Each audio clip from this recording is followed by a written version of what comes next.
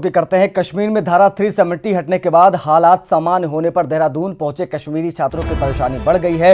उपस्थिति यानी अटेंडेंस कम होने के चलते कॉलेज प्रशासन द्वारा कश्मीरी छात्रों को क्लास अटेंड नहीं करने दिया जा रहा है। साथ ही प्रशासन द्वारा लास्ट डेट तक फॉर्म जमा न करने पर अब ज्यादा फीस जमा करने को कहा जा रहा है। ऐसे में परीक्षा में बैठने पर भी संकट बढ़ गया है। कश्मीरी छात्रों का कहना है कि आर्टिकल 370 हटते समय उनके इलाके में कर्फ्यू लग गया था और वो कॉलेज के छुट्टियों पर घर गए हुए थे, जिससे वो कोई संपर्क नहीं कर पाए। वहीं साई मेडिकल कॉलेज के प्रिंसिपल संध्या डोगरा इस मामले में पल्ला झाड़ते हुए नजर आई। उन्होंने कहा कि ये गढ़वाल यूनिवर्सिटी के रूल हैं, इसमें हम कुछ नहीं कर सकते।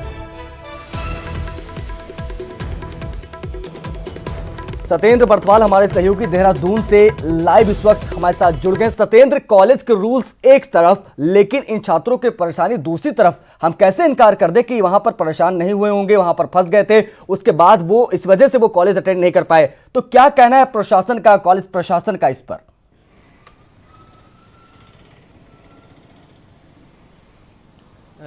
आशीष, क्योंकि धारा 370 हटने की जब हट रही थी उस समय ये स्टूडेंट अपने घरों में थे जी, क्योंकि यहाँ जो सेमेस्टर खत्म होने के बाद ये जो छात्र हैं अपने घर चले गए थे और वहाँ फंस गए थे। क्या दिक्कतें हैं, किस तरीके की दिक्कतें हैं, हमारे साथ कश्मीरी जो स्टूडेंट हैं उनसे ही बात करते हैं कि किस तरीके की अब उनको दिक्कतें हैं। पहले उनका ही जान लेते हैं कि क्या स्थितियाँ हैं, किस तरीके की आपको दिक्कतें आ रही हैं। देखिए सर, जो ही मतलब धारा 370 हट गया और पूरी वादी में क्लैप डाउन और ब्लैकआउट चारों तरफ से था। जो वहाँ के स्टूडेंट्स, वहाँ के आम नागरिक था, उसको रेस्ट ऑफ द कंट्री से कोई वाट नहीं था, कोई कनेक्टिविटी नहीं थी, क्योंकि इंटरनेट बिल्कुल बंद था, क्योंकि फ़ोन कनेक्टिविटी बिल्कुल बंद थी। और क्योंकि सेशन ख़त्म हो चुका था। जब सेशन ख़त्म हो चुका था तो नया सेशन आने वाला था। जो बेशतर 70% स्टूडेंट थे वो घर में फंसे थे, टाइम पे रिपोर्ट नहीं कर पाए, क्योंकि कोई ट्रांसपोर्ट की कोई व्यवस्था नहीं थी, इंटरनेट बिल्कुल बंद था, फ़ोन कनेक्टिविटी नहीं थी, जिस वजह से जो वो है वो काफ़ी ज़्यादा मतलब लेट, तकरीबन 2 महीने के बाद वो कॉलेज में रिपोर्ट कर पाए। जिस वजह से जो यहाँ की कॉलेज, यहाँ प्राइवेट कॉलेज हैं, प्राइवेट यूनिवर्सिटीज़ हैं, उनने उन पे मतलब काफ़ी ज़्यादा वो फाइन लगा के रखा है। कितना फाइन लगा है यार, क्या कह रही है कॉलेज पर? सो फार अटेंडेंस उनने 2 चीज़ों पे फाइन लगाई है। एक तो अटेंडेंस उनकी शॉर्टेज में उनकी शॉर्टेज है, नंबर 1। नंबर 2, जो उनकी ड्यू डेट फीस होती है, ड्यू डेट कोई उन्होंने डेट मुकर्रर कर रखी है कि इस डेट पे आप फीस भर लो। लेकिन क्योंकि आपको पता है पूरी वादी में क्लैप डाउन था, स्टूडेंट्स रिपोर्ट कॉलेज और यूनिवर्सिटीज़ में रिपोर्ट नहीं कर पाए, जिस वजह से वो अपना जो फीस है वो टाइम नहीं पहुंच पाए। और कॉलेज जो यहाँ की कॉलेज प्राइवेट इदारे हैं, प्राइवेट यूनिवर्सिटीज़ हैं, उनने उन पर बिला वजह फाइन काफ़ी ह्यूज चंक, कहीं पे 8,000 से लेके 10,000, 10,000 से लेके 12,000 तक इतना ह्यूज चंक ऑफ जो इन्होंने फाइन लगाया है। अभी आशीष, आपने सुना कि 10 से 12,000 तक इन लोगों को फाइन लगा। और जब हमारी प्रशासन से बात हुई, कॉलेज प्रशासन ने सीधे साफ तौर पे कहना है कि जो यूनिवर्सिटी के रूल हैं, यूनिवर्सिटी ने एक रूल तैयार किए हैं कि जो स्टूडेंट लेट पहुंचता है उस पे ये फाइन लगाते हैं। और क्योंकि सबसे बड़ी दिक्कत है इन छात्रों के क्या सत्येंद्र, क्या इन सबका असर इनके एग्जाम्स पर भी पड़ेगा? क्या इसका असर इनके एग्जाम्स पर पड़ेगा? क्योंकि जब बात रूल्स की होती है तो अटेंडेंस वहां पर भी देखी जाती है, तो क्या खतरा इनके एग्जाम पर बैठने पर भी मंडरा रहा है?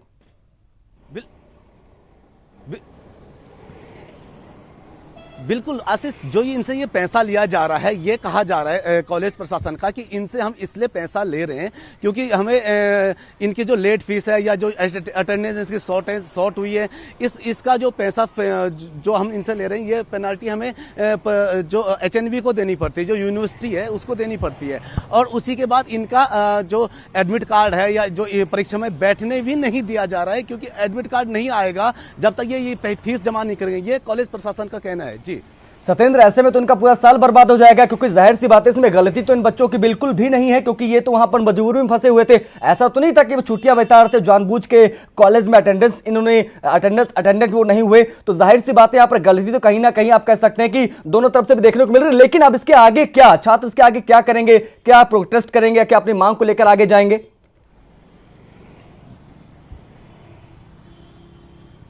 बिल्कुल आशीष, मैं इस सवाल को सीधे स्टूडेंट से ही बात करता हूं कि जी बिल्कुल, अब आप लोगों की क्या रणनीति है, क्योंकि अब 1 साल आप लोगों का अगर बर्बाद हो जाएगा तो क्या स्थितियां रहेंगी? जैसा कि आपको पता है कि जो यहाँ के 70% स्टूडेंट हैं, उनका जो ताल्लुक है वो बड़ा गरीब फैमिली से है। एग्रीकल्चर एक सिस्टम है जिनका उन पर डिपेंड है, क्योंकि जो एग्रीकल्चर सिस्टम है उस पर वक्त पर पेस्टिसाइड्स नहीं पहुँचे, फर्टिलाइजर्स नहीं पहुँचे, धारा 370 के हटने के बाद 2 महीने तक जो क्लैंप डाउन रहा या 2-3 अभी भी चल रहा है, अनसर्टेनिटी अभी भी बरकरार है। जो वहाँ का जो मेवा बागात है वो बिल्कुल तबाह हो चुकी है, उनमें काफ़ी ज़्यादा नुकसान है और यही एक वजह है जिससे वो अपना जो फीस है वो अदा कर पाते हैं। जब वहाँ मेवे बागात ही नहीं रहे, बाकी सिस्टम नहीं रहे, वो यहाँ ये वो तो अपना फीस वो तो फीस में एक्सटेंड डेट मांग रहे, तो इतना ह्यूज चंक ऑफ वो मनी कहाँ से लाएंगे 10,000 से लेके या 12,000 तक। हमारी यही J&K स्टूडेंट एसोसिएशन ने यहाँ की सरकार से, पहले तो पंजाब सरकार से जो मामला उठाया था, उन्होंने बड़ा टाइमली वहाँ से जो प्रॉम्प्ट एक्शन किया, उसका हम शुक्रिया। कुछ जाहिर सी बात है सत्येंद्र, इन बच्चों की मांगे भी जायज है क्योंकि यहाँ पर इनका साल जो है वो बर्बाद हो सकता है अगर उनको एग्जाम में नहीं बैठने दिया गया। फीस तक तो बात ठीक है, लेकिन